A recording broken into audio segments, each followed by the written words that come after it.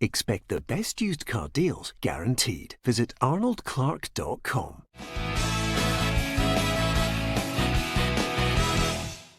Welcome to Peter and Roughie's Football Show, sponsored by Arnold Clark. It is Tuesday. I'm Peter Martin, delighted that you could join us on the programme.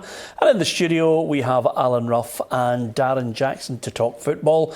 And on the agenda, yet again, it's a manager getting the axe.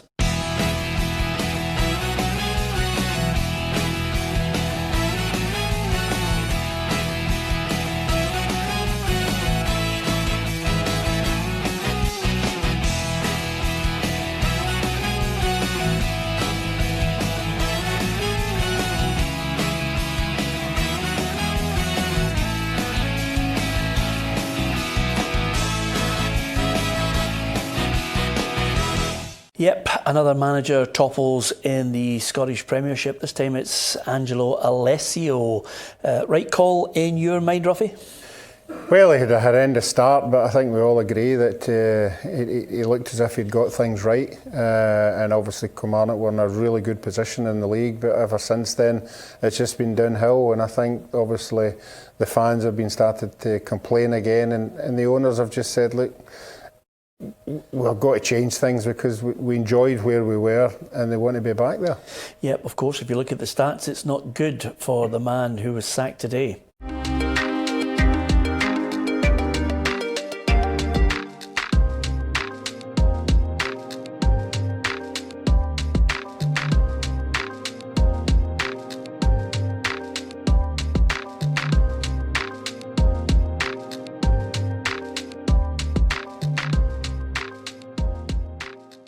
Well, being a number two for 10 years to Antonio Conte is not bad. It's a long time since he was a manager. I was surprised he went down this route after Steve Clarke. It was always going to be a difficult job to follow. I think so, especially the relationship that the chairman had with Stevie Clarke.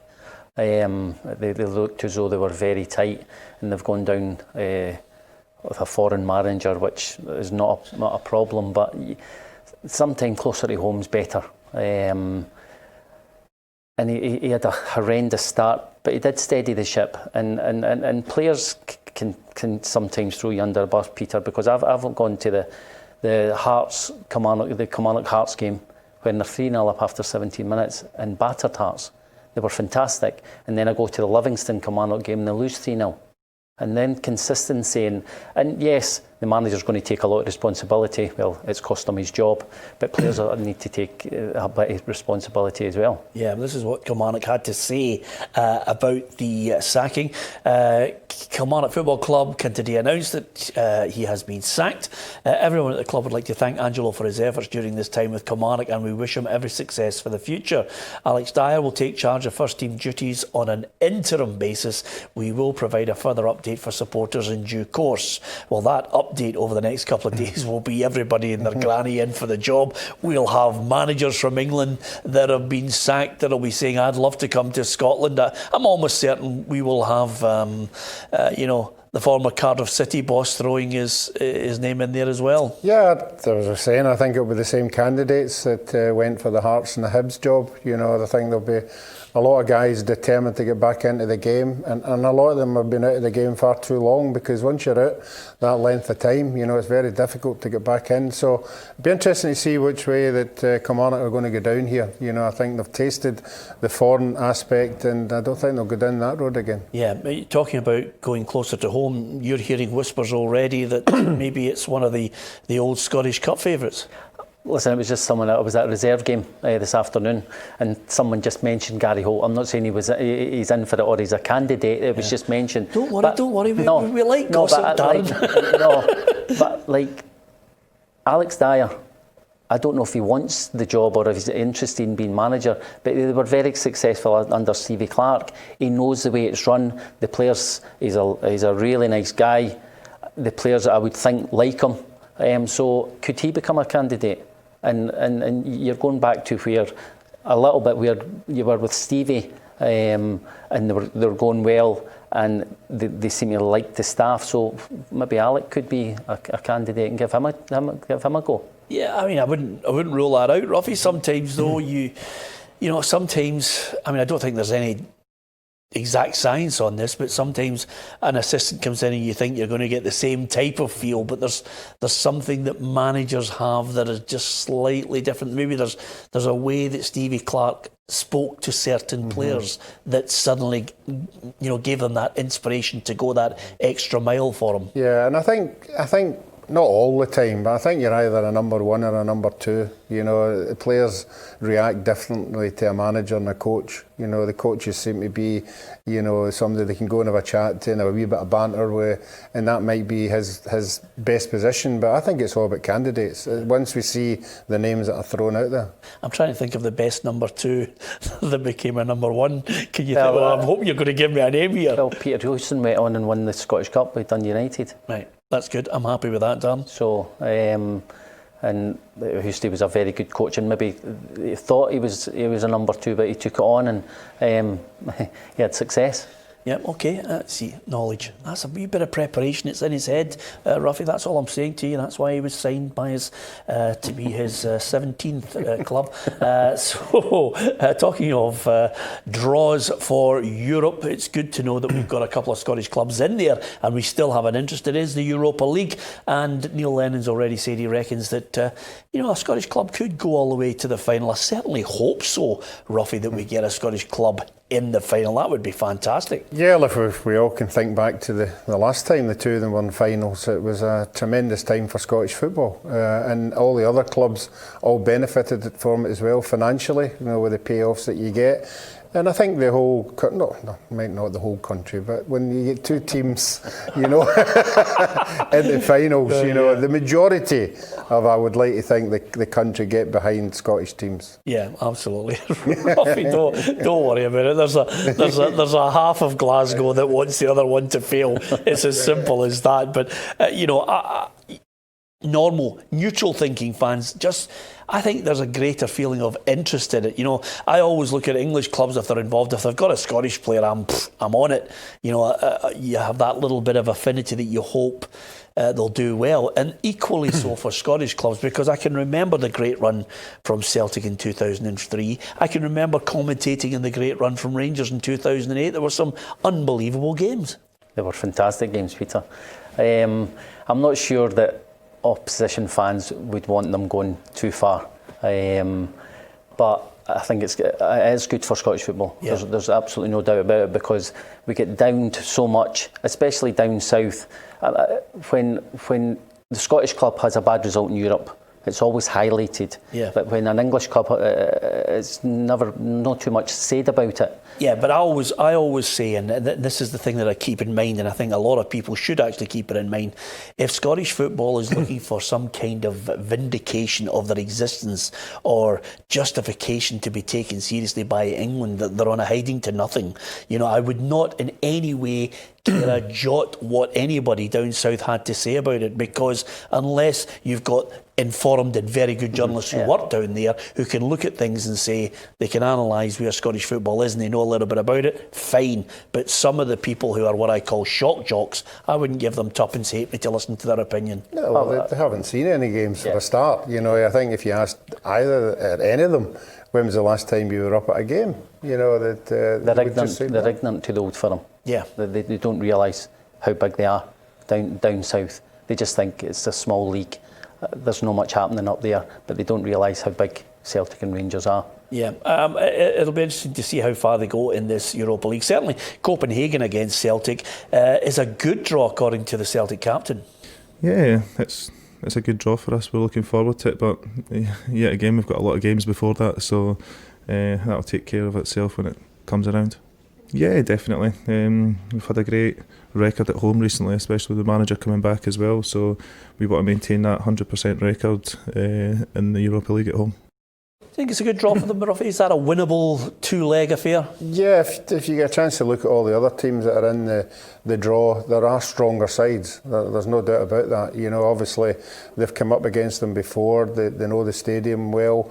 There's not going to be a lot of long flights, and going through time zones, and the supporters are going to be easy enough to get there. So yeah, I think it's a great draw. Yeah. Super. They finished second in the league at the moment. They finished second in the group. And I can remember a previous encounter between Copenhagen and Celtic as well. They're certainly of a standard that I think, Neil Lennon will be saying this is a winnable one into the last 16. Oh, without doubt, Peter. And they're away. The good thing is they're away from home first. So they'll go over there, confident to go and get a result. And you just want, obviously, the right result to bring it back to Celtic Park. And I don't think they'll fancy coming to Celtic Park, that's for sure. Yeah, and of course Celtic have got more pressing matters in the Scottish Premiership. They have an advantage, certainly don't want to let it slip. They want to try and build on it, and Tynecastle's the destination that they're off to next. Of course, when you looked at how they dismantled Hibs at the weekend, one of the men they have in their lineup is certainly getting rave reviews. I mean, Jeremy Frimpong has just elevated himself to an absolute stonewall starter.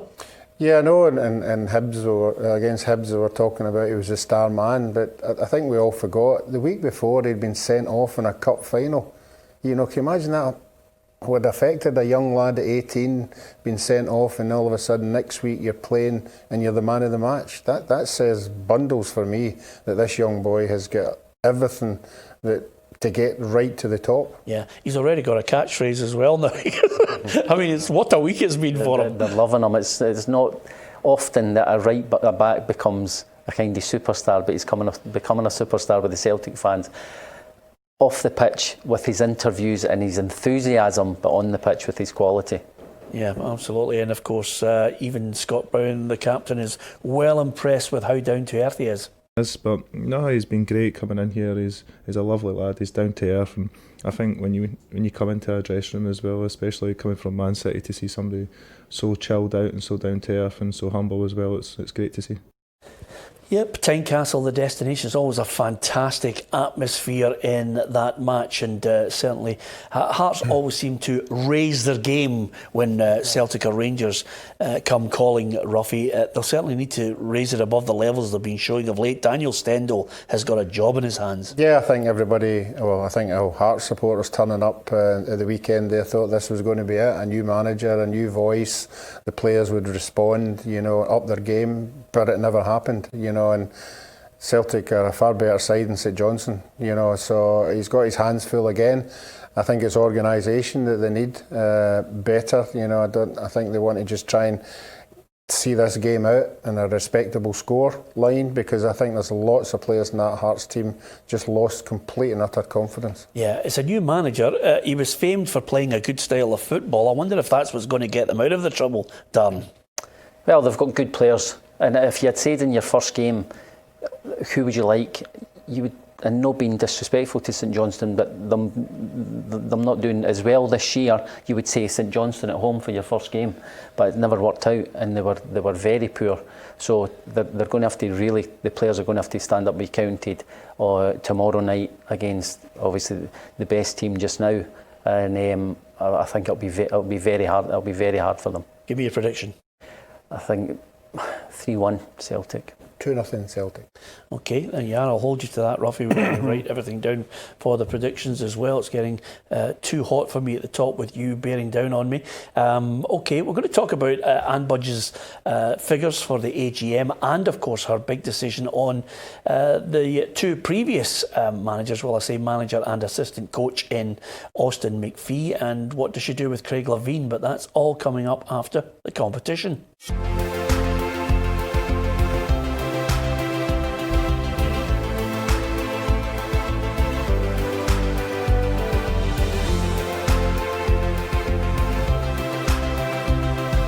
If you'd like to win this unique Lionel Messi signed Barcelona top, subscribe to our YouTube channel PLZ Soccer, and we'll announce the winner on Friday 20th of December. Good luck!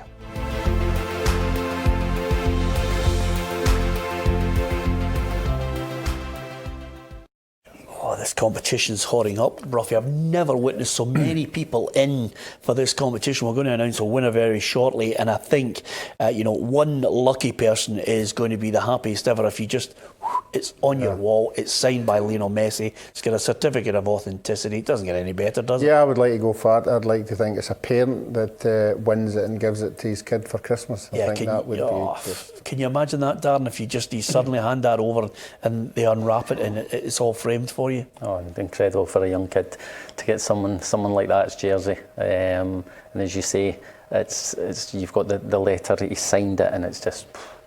Yeah, absolutely. His phone number, you can phone him as well. Yeah, absolutely. Is he the best for you, Darren? No, I think I've said before, Maradona's the best for me, yeah. Maradona. Okay, knows nothing about football, this boy here.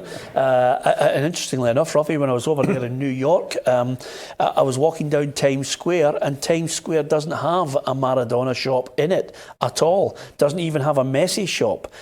Nor does it have a Ronaldo, the Brazilian, or the Portuguese. But it has a Pelé shop. There you go. There you are. That's all I'm saying to you. When you've got your own soccer store on Times Square, you know you're the best player ever to play the game. Interestingly enough, listen, just slightly off the park, but still to do with Hearts, Darren. I wonder what Anne Budge is thinking now. She said it was a mistake to keep Craig Levein in the summer. She should have gone for a new manager. And now there's a situation where he's still roaming about. Austin McPhee's working from home, I'm led to believe, as well. So suddenly, is it time to cut the umbilical cord and let them go? Well, it is a hard situation. A new manager comes in and the old manager is still there. Anne Budge is going to have to make a decision on... There was a lot of coaches, and the new manager's talking about bringing in a couple himself. So you can have too many. And...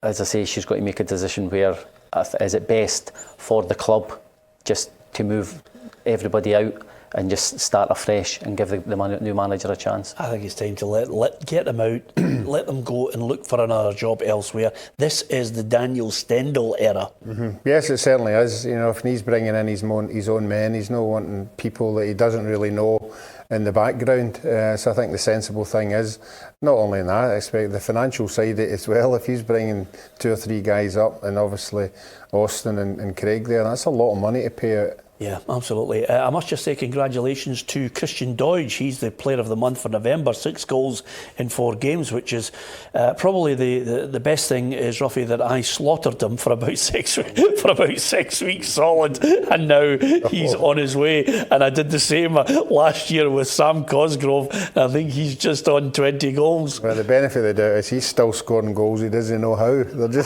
just heading off him. I mean, I keep watching the boy. I think he's just got to get used to Scottish football. Sometimes you need a wee bit of time, to be fair to the lad. Hey, he's got an award for a month. Peter, it's incredible. Can't score under the manager that brought you up, who had the confidence in you, and he goes and a new manager comes in, and it just happens. And you do need time sometimes to settle. Yeah. He's coming up to obviously from being down England, totally different. Coming up to a big club, and demands at Hibs are huge. He's getting players now that are going to supply him. Yeah. No, he's got players on the park now that are going to give him a chance to score rather than trying to make it himself. Yeah. Just to finish, Roughie, Motherwell have declared a loss at their AGM in the financial figures, which is all the more amazing when you think about Stephen Robinson in there and what he's achieved, and now he's turned that club, from one style of football to another. They are a club that always need to post a profit based on a player goes. It would have been a profitable one had David Turnbull joined Celtic. Well, that's the bottom line, and not just David Turnbull. They've got assets all over the place in that park, at Motherwell just now, and not just one player. They could pick a couple of players that would clear that debt out quite easily. Yeah, and I think they've got the 3 or 4 players that they will obviously shift on in the summer. I still think David Turnbull could be, someone that Celtic will go back for. I would think so. I mean, it was a bad injury, but nowadays, the treatment they get from the doctors and surgeons and all that, he'll be back playing, and I would imagine he's a young kid. Celtic would still be in for him, but they bring through a lot of young boys and who who do really well in the first team. Yeah. And they'll make money on one of them without doubt. Yeah, absolutely. Okay, great to be back. Great to see Darren and, of course, my old mucker Roughie as well. Hopefully you can join us and give us your thoughts across all our social media outlets. Twitter, if you want to give us your opinion. Tam McManus, incidentally, will be on the programme tomorrow, which is good because we've got a chance to leather him because he's been quite vocal on Twitter. You get a chance to put your point to him. And over and above that, let's not forget, we've got Facebook Live Monday to Friday, and we also have the YouTube show. Thank you to everyone for subscribing and, of course, our ever-growing football family. So if you want the opinion, you'll get it here Monday to Friday on the show with all our special guests. And don't forget, our podcast, you can download that on the Friday morning. Gary Harkins will be joining us to reflect on his career. Is it coming to an end? We'll find out and share a bit of banter with him. So today, thanks to Roughie, thanks to Darren Jackson. Don't forget, right after this programme, you can get some great deals from Arnold Clark. A quick 60 seconds of some of the cars that might be the ideal Christmas present. Some new and used great deals from Arnold Clark right after this programme. From all of us here, thanks for watching. Hello and welcome to the latest from Arnold Clark, where we bring you the best deals from across the country from Europe's largest independent car retailer. Here are just 3 of the unmissable deals that we've picked out for you this week. First up is this 69-plate Vauxhall Corsa. One of the UK's most popular super minis has had a facelift, and this 1.4-litre 3-door Griffin model takes things a step further with its stylish sports interior, heated front sports seats, finely tuned sports suspension and 16-inch black twin-spoke alloy wheels. It also comes with the Navi 4.0 IntelliLink 7-inch touchscreen, and you can get all that for $10,998 or just £169 a month. But be quick, there's only a limited stock available. If you're looking for incredible value for money in the SUV crossover market, then it's hard to look past the hugely popular Dacia Duster. This 19-plate 1.3-litre Prestige model could be yours for $16,498 or £249 per month. For that, you get a whole host of features new to the Duster, including climate control, curtain airbags, blind spot warning, keyless entry, 17-inch diamond-cut alloy wheels, and a 7-inch touchscreen multimedia system with satellite navigation, Apple CarPlay, and Android Auto. Add in remarkably cheap running costs, and the overall Dacia package is hard to beat. Finally, here's your chance to own one of the most thrill-seeking rides around, and for an unbeatable price. This 5-door 19-plate BMW 1 Series 118i M Sport gives you all the handling expertise you'd expect from a BMW, coupled with style and refinement, and all for $17,998 or £269 per month. And this Shadow Edition also comes with black Dakota leather seats, LED headlights with automatic beam control, 18-inch double spoke alloy wheels, and the outstanding Harman Kardon sound system. For more details on any of the fantastic deals available from Arnold Clark, simply head over to arnoldclark.com/deals or get in touch with your nearest Arnold Clark branch. I'll be back next time with more mouth-watering deals, but until then, thanks for watching and happy motoring.